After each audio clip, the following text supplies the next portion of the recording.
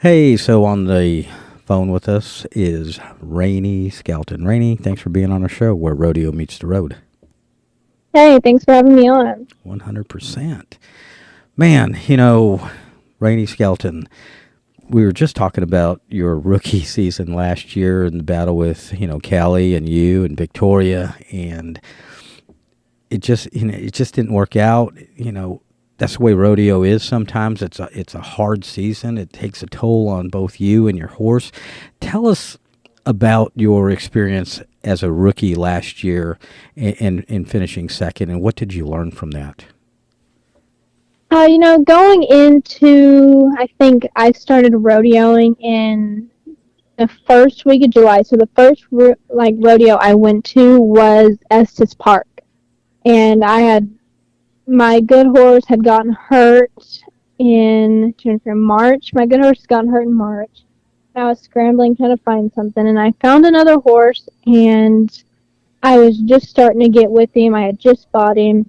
And I went out there with the attitude of, I'm going to do my best. I'm just going to try and learn this horse and get with this horse, and whatever happens, happens. Yeah, and you got on her back. You guys are killing it. Did you were you made a run over at, and I'm going to say it again, La Fiesta de los Vaqueros in Tucson. Yes, in Tucson. How was the food? I was just telling Hannah I was in Tucson as well.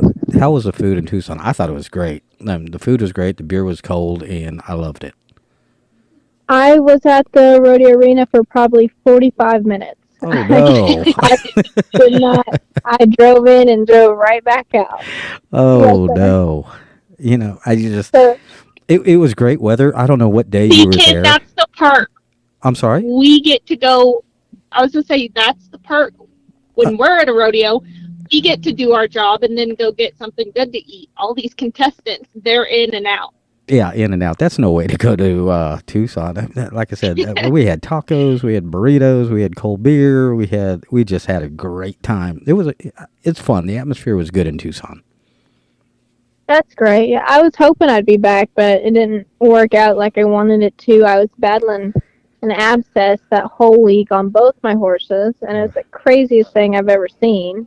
Yeah. And I thought I run that morning thinking he was sound, and by the time we got back home, he wasn't. And he tried his best, and I think we made a really good run for what the cards were that we were dealt. But I think he ran like a 17-8, and I feel so bad about that because I did not know he still had his abscess. Right. That Right. is crazy.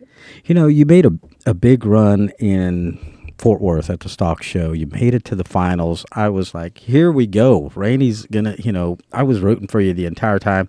You hit a barrel and still clocked. I was thinking, man, if you would have left that barrel up, if I would have, could have, would have. But I mean, it was a serious. I think it was what 16-2 with the barrel down. I think something like that, and that probably would have won it. That was an incredible run. Tell us about your experience there at the Fort Worth Stock Show.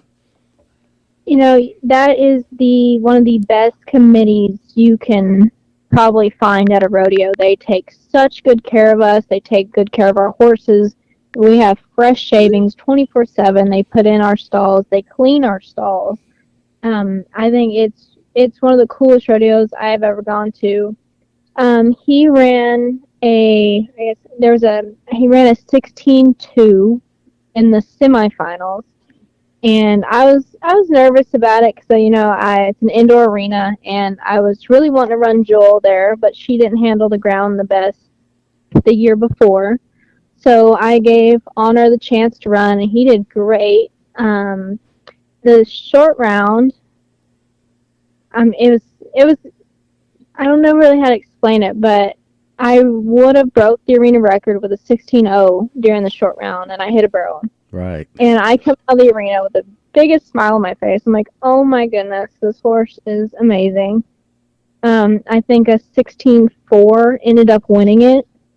And I was bummed, but also very excited for the future. It made me very excited to see what could be next. Oh, absolutely. You're talking about, different situations for your different horses. Talk a little bit about the differences in those two horses, where they both thrive, where you plan on riding them throughout the year.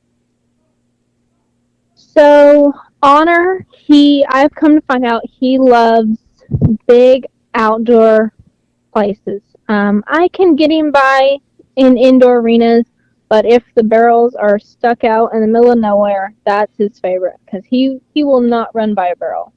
Jill won't either, but she's a little bit better on the inside and harder ground.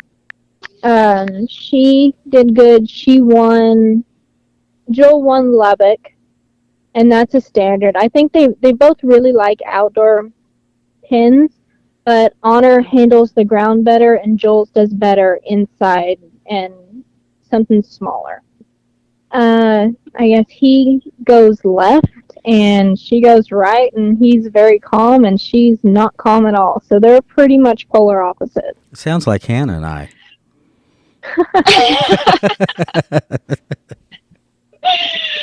Oh, goodness. Well, talk about riding, different styles of horses. It takes a good rider to be able to handle different styles and to be able to get on two different horses depending on the situation, So talk a little bit about that. So the interesting thing about Honor, that saw horse, is I had originally got on him and tried him in 2022. And I said, absolutely not. He goes to the left. I've never run to the left. I don't want to go to the left. Like, he's very calm, and everything I've always rode has been kind of gritty and really running up underneath me, but he's got a longer stride. If you watch him, you don't think he's going to clock like how he does, but then he just smokes a run, and the clock is, he clocks great. I think I ended up buying him in May of 2023. It took me that long to get over myself and try something new, and I'm very happy I did. But it did take me a while to, get out of my comfort zone and try something new. Yeah. With your comfort zone, last year was your rookie year. You're still figuring out rodeo. You've been around rodeo your whole life. But let's talk a little bit about, now that you really have a feel for the sport, how your game plan changes. You know how to rodeo. You've got the horsepower. Like, how does this year look different for you? Last year was probably one of the biggest learning curves that have ever been thrown at me. I didn't have the horse that I was used to. I had her out there with me, but I ran her once in 3 months, and she just wasn't where I would like her to be. So I had to learn a new horse. I had to learn the rodeos, all of that, and where to go, where not to go. And I think this year I have more confidence going into this year than I did last year, because I have both my horses. I have great horses that are coming up that I'm really excited about. I have a better game plan than I did last year. I think just overall the planning is better. 100%. And, moving forward, we have the summer run coming, Cowboy Christmas. How does your schedule look, this week? Where are you up, the next week or two? And then what is your plans for later on in the season? So I am up tomorrow night, so that'd be the 1st at Bay City. And then I guess the 14th, I'm going to go to Montgomery, Alabama, and then try to get back for the 15th to go to Mercedes. And then the night of the 15th, I'm up at Austin, and then the 16th, I'm up at Austin again. So I'm trying to work those plus work college rodeos in. So it's very busy, but I'm happy to do it. 100%. And looking at where you are, you were number 8 in the standings just a week or so ago. You're still in the top 15. That has to, at least give you motivation, like, man, I'm doing really good today, this year so far. We're still, like I said, a lot of rodeo left. But to catch yourself in that top 15, it has to make you feel good and give you positive vibes, right? Oh, absolutely. It gives me more motivation to go. Everyone's goal is to make the NFR, and I mean, that's my goal too. But for this year, my main goal is to get or place high enough at the end of the year to be able to get into the winter rodeos. Because I didn't get into San Antonio or Austin. Or, I mean, not Austin, Houston. Houston. Yeah, and to hit those big indoor arenas in the winter can make a big difference in your strategy, when you're making money here and there.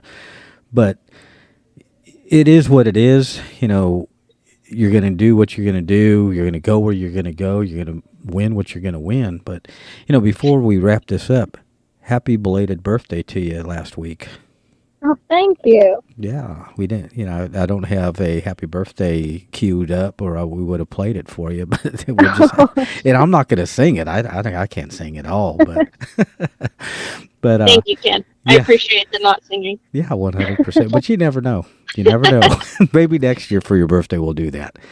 But yeah, we totally enjoy having you on our show. You're one of our sponsored riders. We root for you all the time, and we want you to do well, and we'll be following you down where rodeo meets that road. Thanks a lot, Rainey. Appreciate it. Thank y'all so much.